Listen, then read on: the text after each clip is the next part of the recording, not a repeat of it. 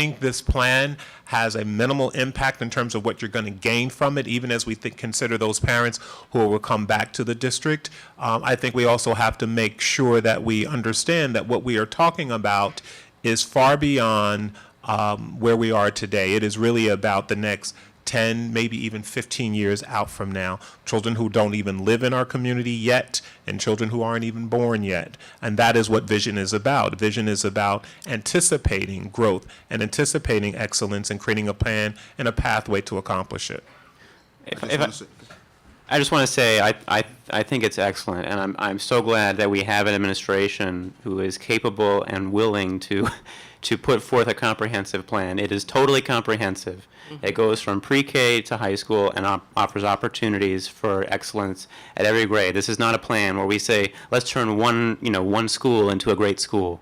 This is addressing every school and upgrades at every school. It gives multiple opportunities for focus in high school, which gives paths for potentially every single kid in the district. Exactly. And I know you're focused on every single kid in the district, and this plan shows that.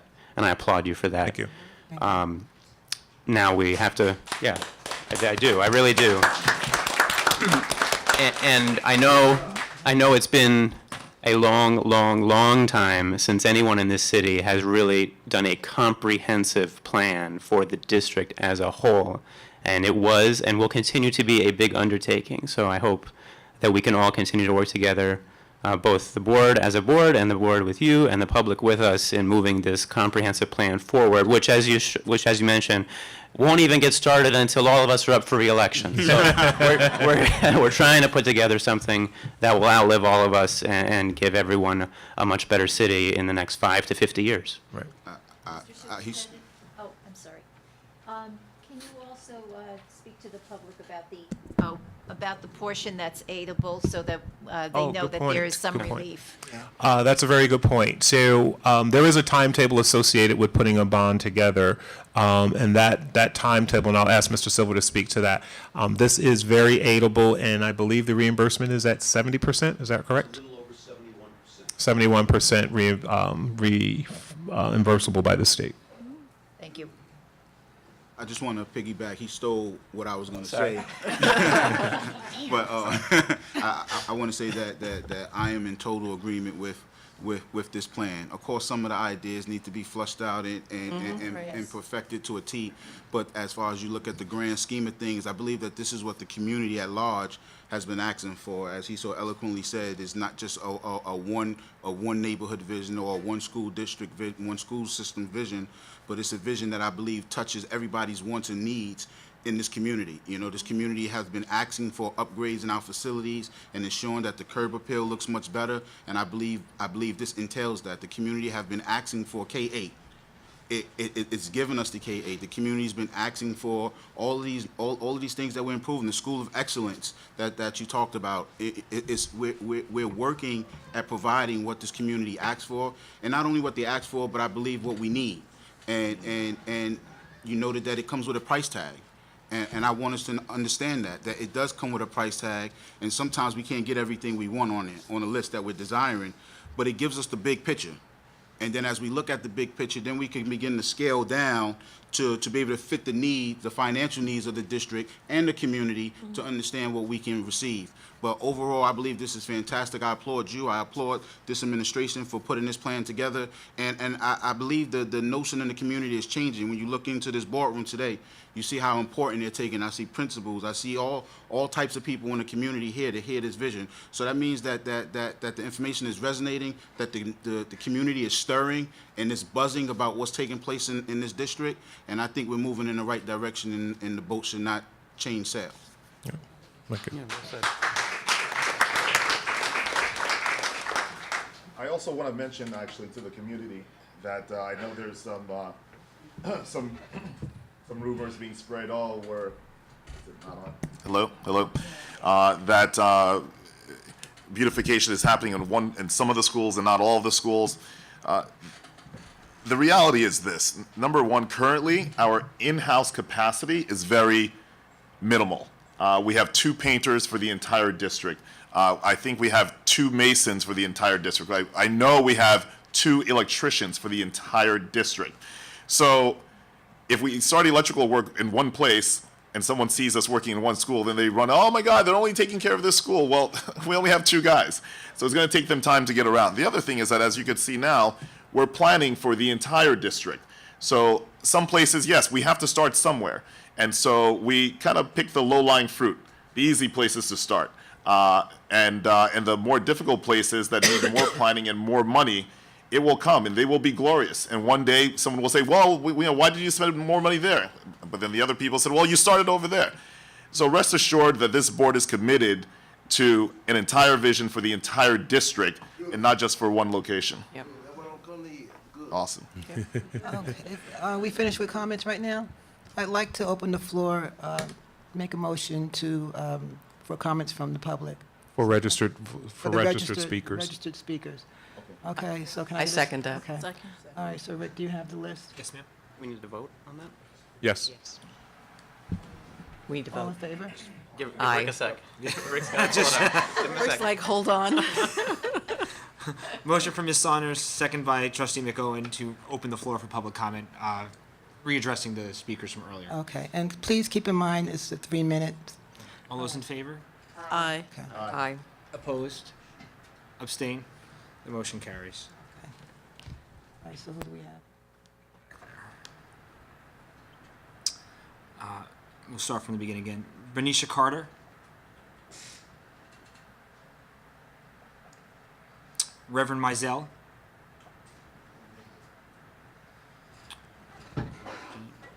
Frida Hickson. Sherry James. Darcel Gaines. Kim Klotz. Stuart Hemby.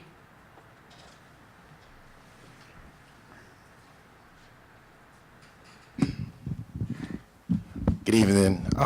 Sorry I was late. My sister is in labor, so been spending some time waiting for the baby to come out. He did come out. Uncle.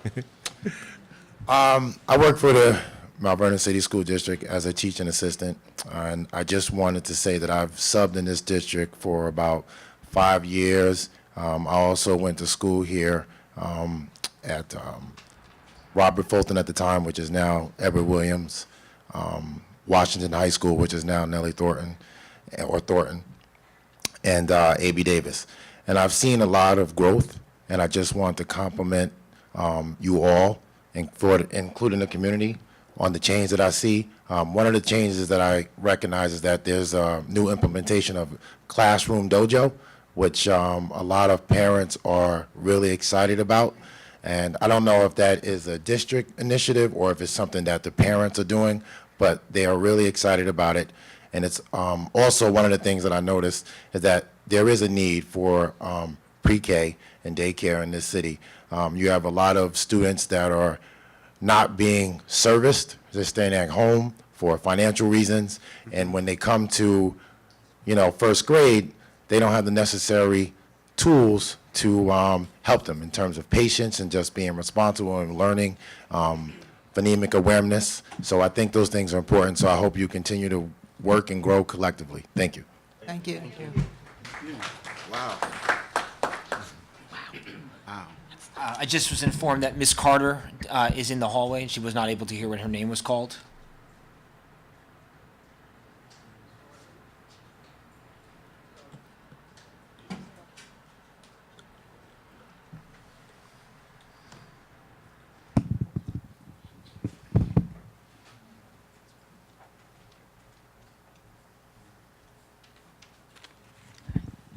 Hi, everyone. My name is Bernicia Carter. I'm coming here tonight to speak concerning my daughter, Naira Dykes. She was Excuse me, Ms. Carter. Yes. If you would mind refraining from using names of people and keep things, no negative. Yes, Okay, thank you. no problem. Yes, I was not aware that my daughter was going to be transferred out of Tri-Pagan School. I didn't get a letter, a call. I found out 3 days before school had started. I spoken to someone here at the board, and they told me that my daughter can stay at Lincoln School. A day later, I was called saying she cannot stay there. She would have to go back to Tri-Pagan. My daughter doesn't adjust well to change. She receives services at Lincoln, such as speech and reading. And I think that it was helping there, much better for her than it is now. I spoke to a reading teacher there, and she's saying she's not doing well, that she's on grade level, but, barely making it. And I feel that I know my daughter more than, anyone, and I feel that she's succeeding and she's doing good in Lincoln. Why take a child out of there? No, everybody's telling me, oh, the computer automatically did it. So I said, well, can you automatically switch it back? They told me to get a doctor's note because my daughter wasn't eating. She was crying. She's only 6 years old. She didn't want to go to the school. Of course, it's changed for her. So I let her go there because I was threatened that if I didn't send my daughter to school, CPS would be called on me. And so I sent her to school with her crying, and they're telling me, tell her to stop crying. And I did, but of course, she's a kid, I'm not there with her. I call the school every day, speaking to the principal, well as her secretary, asking about my daughter, is she okay? She's saying she was crying for the first couple of days, but she's okay now. Then I was told that she got into altercation, well, not altercation, but some words with 3 other girls in her school, that she was playing with the boys instead of the girls. They called her weird and a couple of names. She called the girl a name back. She came back with 3 bigger girls. So my daughter is scared to even go to school now. And I'm scared for her. She's not used to, getting into fights, getting into any trouble. You can ask any of her teachers. She's a good student. She does her work, and she stays to herself. And if that's weird, then, I want her to remain weird. But I have spoken to numerous people in the board, asking for help, asking to put my daughter back there now so she can receive her services again and start, doing better, because that's what she was doing better at. And they didn't give me a reason of why she was switched. I'm not getting any reason of why she was switched, but the computer automatically did it. Then they said my district, but I was living in the same district when she was going into Lincoln. I was living right here on Sheridan, while she was going to Lincoln Elementary. So I don't understand what's different now. My address been the same. So that's my argument. I will respond to the extent that I can. This goes back to an earlier discussion we had regarding the closing of St. Ursula and the need to remove students who were there on special permission who did not live in the Lincoln School in catchment, and that affected several of our students. We did offer some exceptions. Those exceptions were students who had been in the building and were currently 6th graders. We allowed them to remain there so that they could finish with the cohort that they started with. And siblings of students who we extended that courtesy to, so the parents did not have a 6th grader at Lincoln and a younger sibling at another school. So we allowed those students to be exempt from that as well. So all those students who did not have, whose special permission was granted previously, and we had the luxury of being able to do that because of the St. Ursula Annex that provided the additional space. They received a letter notifying them that those youngsters, so it was not just arbitrary or a computer thing. It was looking very specifically at youngsters who did not live in the Lincoln encatchment and were there on a special permission that, again, we were no longer able to extend as a result of space. Now, there have been several parents who have contacted us asking for us to reconsider, and we were not able to do that because we have a policy that's very specific about enrollment. Those youngsters who had open enrollment opportunities, we accommodated, and those who were redistricted to a failing school and parents were given an option, those requests were considered as well to the extent that we could accommodate them based on space. Of those exemptions and exceptions that I just described, your daughter did not fit into any of those categories. And so while I can certainly appreciate where you're coming from, and we have tried to find an option that works best for you, the fact of the matter is that to extend the courtesy to you that you're asking us to do would mean that we would have to extend that courtesy to other parents who have had significant and realistic and justifiable requests that we were not able to accommodate. So that's why, to this point, we have not been able to accommodate your request. Okay, thank you. While we're on that topic, though, Dr. Hamilton, because I have received a couple calls as well, can you just clarify something for the community and for the public? The notion is that one school does not offer services while another school does offer services. Are there different levels of services offered at different schools rather than others? There are.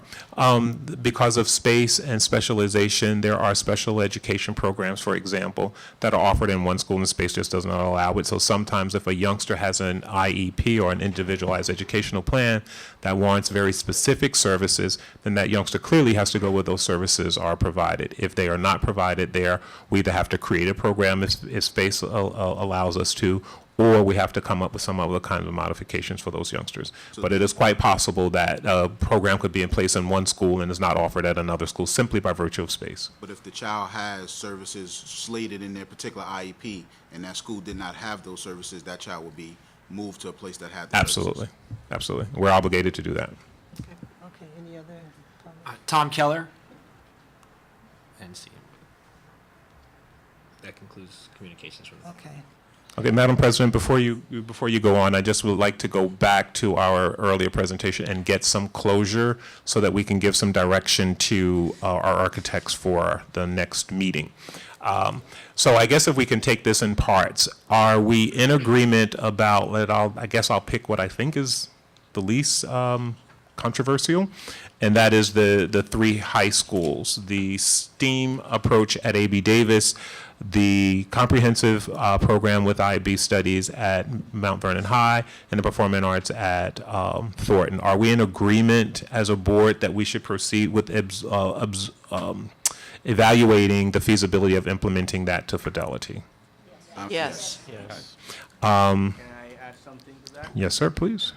I think we did also discuss the possibility of having an IB program at A.B. Davis.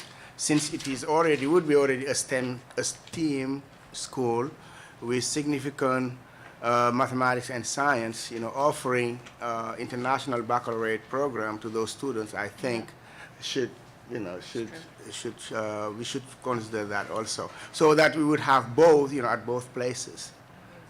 I don't have any objection to that from an educational point of view. I just want to, the reason that the initial vision looked at Mount Vernon High School as an IB program, because I did not want us to create a plan that pulled the cream of the crop, if you will, from all the other schools, and then Mount Vernon High School became the place for all the other kids. So that we had opportunities for excellence and high academic standards in all of our buildings. I want to be very careful that we don't plant the seed that Mount Vernon High School becomes a VOTEC school. Right. I think we need to offer VOTEC opportunities for youngsters who are on that pathway, but we need to also have a rigorous academic program for youngsters who may be on that pathway but may still choose to go to a competitive four-year college program. And we can also flush that out down the line. That's something that can Absolutely, based on be, interest. discussed down the line. Absolutely. Could you ABA. just discuss for the community, Dr. Hamilton, explain what IB is for those that may not know? The International Baccalaureate Program is a very high level, very rigorous, competitive program that provides youngsters, in addition to AP level and advanced level courses, the IB program provides another extension for those youngsters who are looking to gain additional accreditation, which colleges look at very, very favorably when youngsters leave high school with an IB program. So it is a higher level of academic rigor that is offered for youngsters who are in that particular program. It is an international program. It was originally created, I guess, about 20 years ago for ambassadors whose youngsters were coming to the United States for education, and they were often mobile and moving from country to country. So the International Baccalaureate Program was created to create a level of standards, an international standard, where students would experience high academic standards and success no matter where they were in the world. This level of academic rigor was in place, and that was the history behind the IB program. So then the modification then that we're making based on Dr. Ning's recommendation is that we also include IB at the A.B. Davis program. And if we're going to do that, I would suggest that as we explore that, we also provide an IB program at Thornton as well. Yep. Okay. And that could be based on interest. If kids aren't interested in it, that's one thing. If they are, we should offer it at all three high schools. Agreed. Excellent. And then the next, I'm sorry, Mr. Yeah. Seymour. Besides the fact that you just want to offer it in the particular building, I mean, the IB program, whether it's at Davis or the high school or Thornton or all three, is available to all students in Mount Vernon. So I guess your particular focus is just trying to, the optics of the particular buildings, just to make them seem academically, challenging as well. Is that what it is? It is, but keep in mind that this will be a small population of youngsters. It's an expensive program. Well, that's exactly why I'm wondering if we could really afford it, number one, throughout all three schools, and number two, say you do have it at Davis and you have it at Mount Vernon High School and you have it at Thornton, you'll probably, how do you distinguish which kids go to the one over at the high school versus Thornton versus Davis? I think what we will have to do when we get to that point is look at the level of interest and student eligibility. And if there isn't enough to substantiate or justify the expense at that particular school, those youngsters who are serious about it will have to go where the school is really Exactly. And that's why I say populated with that we program. should flush it out, because I don't always think that everything should be offered everywhere. Yeah. We're already offering school choice by offering the programs that we're considering tonight. But we have to be very careful about trying to spread ourselves too thin, because we want to offer quality, not quantity. Right. And I think that's very important to consider. And the other thing, Is the IB not, is it all 4 grades of high school? Does the program take Yes. the duration of high school? Okay. the other thing I want to mention about the STEAM school versus the comprehensive high school that will have CTE and vocational is that, this model does exist in other districts that are large city districts, right? So, for example, in New York City, you have your specialized high schools such as your Stuyvesant Highs or your Bronx Science or, your Brooklyn Techs. And there's opportunity for everyone in that city to go to those schools. So whether you're South Side, West Side, East, North in Mount Vernon, everyone has the same accessibility to go to that STEAM school, and everyone has the same accessibility, whether you're at Mandela as well, to, let's say, participate in the vocational or CTE program, should, you fit those requirements. So as long as we have it in the district, I think we're well away. But I believe that you're going to have a high-achieving children going to Thornton because of the arts. You're going to have high-achieving children going to Mount Vernon because of the vocational, technical aspect. And obviously, the STEAM, you're going to have more high-achieving students there probably. So you are just opening, giving them the opportunity, to get that too. But then you look at it from the other side, then why not offering performing arts at all the schools? Well, you can't. I mean, we're yeah, exactly, yeah. Why not offer performing arts around No, the I guess to Dr. Ning's point was that, because you already have STEAM over at Davis, that it would follow that the International Baccalaureate program would be there as well. And I guess to Dr. Hamilton's point is that, well, he just wants to make sure that Mount Vernon High School also has high-achieving students in that school. And I believe that, we can have high-achieving students just because, let's say, it's not that the teachers are any, let's say, less accredited at Mount Vernon High School versus, let's say, Absolutely. Thornton or Davis. So it's all the same level of teachers, all the same level of education, and maybe just because we don't want to spread ourselves too thin, maybe we don't have AP classes, I'm just saying, I'm not sure if that's the fact, let's say at Mount Vernon High School, or maybe we do have enough students at Mount Vernon High School to have AP there as well, or college-bound courses. So I guess it all depends, like you said, on the population, interest. how many kids are enrolled, and what we could do, and then we'll spread it out accordingly. And the other thing we have to keep in mind is as we roll this out, in ninth grade, kids don't necessarily know what they want to do with the rest of their lives. So we have to create pathways for youngsters to go between programs. So if a youngster starts at Mount Vernon High School and later on decides that they really want to pursue the arts, we need to make sure that they have the opportunity to switch. Now, at some point, they got to make a decision. Right. Right. Agreed. All right, so we're in agreement on the high school. And now our next point is to look at the expansion of the K-8 configuration. Can you go back to that PowerPoint for me, Oscar, please, just so that the board can have that as a visual? So the expansion of the K-8 programs would be across the district with the exception of the Rebecca and Benjamin Turner campus. Go back. Keep going. The first one is fine. We can infuse those other things in. Right there. Okay. So the expansion of the K-8 program at the other schools with the concentration of the arts at Grimes because of its proximity to Thornton. Students can walk down the street for performances, et cetera. Are we okay with that expansion of the K-8 programs? Well, I believe the other set you had was, let's say, to make Traphagen more of a pre-K and K. Is that the difference? between That this is one the and- difference. And I was going to bring that up next. So if we're okay with a K-8 configuration, then the other thing that we would look at is, and I think this really comes to numbers, is looking at taking Parker and Traphagen out of the K-8 configuration and looking at a north side and south side early learning center, which may also be a pre-K-K program, and then the remaining schools being full K-8s or 1 through 8s. Yeah, I like that. I, So Parker, Trap, I think it's a necessity.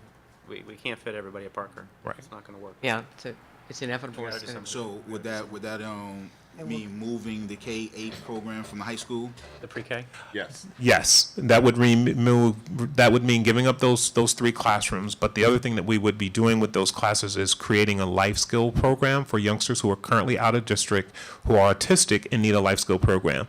That would require very few modifications to that building. We would need to put, for life skills, students have to learn to live independently. So we need to put a washer and dryer in there, for example. We need to put a stove in there for those youngsters.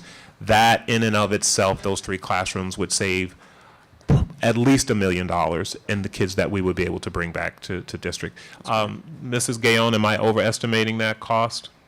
No. So that would be how I would project we would utilize those 3 classrooms currently. Great. All right, so we're in agreement on that. So the next, our only other point actually is Mandela, and whether or not we are looking to reconfigure Mandela by taking it offline, and then we'll talk about land acquisition. Taking Mandela offline and redistributing those youngsters, or leaving Mandela in place and augmenting or revising the program so that it is in my estimation, a better fit. Before you poll us on that, can you talk again about what our potential opportunities for using that building are? Mr. Silver, you want to talk about that? Because I know you've had conversations. I mean, outside the with folks. district, obviously. That's what I mean. If we close it down temporarily. I don't know what BOCES is. BOCES occasionally, I guess frequently, rents facilities in the various school districts, places classes in those school districts, and people from other school districts come there. That's where our children go when they go to BOCES program. They typically go to other school districts, if that's a possibility. And BOCES might conceivably rent from us. I've experienced that personally. They pay a good price for the rental for the lease of the facility. It doesn't have to be a long term, so you don't have to sell it, and they maintain the building, and you get a rental for it, and it's still available at such time as the population grows of school children, and we need it again. So if it's offline, if it's mothballed, we still save a lot of money. But if it could be rented out, and I'm anticipating that that's a possibility, I am meeting with the people from BOCES for some preliminary talks just about the concept of that. Population of Mandela is what, 200? About 230. So basically, it seems as if Mandela is a wait-and-see approach, and I'm not sure if we could make any particular decision about Mandela right now. It appears to me as if, let's say, for example, the BOCES talks falls through, then there is no further opportunity there. And definitely, to your point, I don't believe we should get rid of that asset because as our population changes and different needs change educationally wise, I think we may need that asset in place. And that's really not pressing, quite frankly, because Right. any of our 3 high schools could easily absorb those youngsters or not. Right. So that particular piece of this plan does not in any way delay us from moving forward or putting a package together at all. We can easily absorb those youngsters one way or the other, now or later. By the way, regarding the green space over at Mandela, right next, adjacent to Mandela, the concept there was that whether it's used for, for additional educational supportive programs for students, or if it's used for BOCES, acquiring property next to an existing school building, if we have an asset that now has property available next to it, depending on the cost, of course, is never a bad thing to look into. Especially Mandela right now has no green space. It has a parking lot where the kids play in. It's a very jail-like environment. So if you want to better the environment, better the program for the students over at Mandela, whether, whatever students come through there, they need a better overall environment there, right? And so acquiring some green space and giving a nicer basketball court, just even the fencing, the grounds, the beautifying the building, is something that we must do. It cannot look like a jail. The fence is 12 feet tall. I mean, does it have barbed wire? I'm not even sure. You know what I mean? So we can't have that image, and we can't have school kids going into a building that feels or appears like that, no matter what kids we put in there. So. Yeah, agreed. And if we Kids in the city play on a roof, though. The kids in the city play on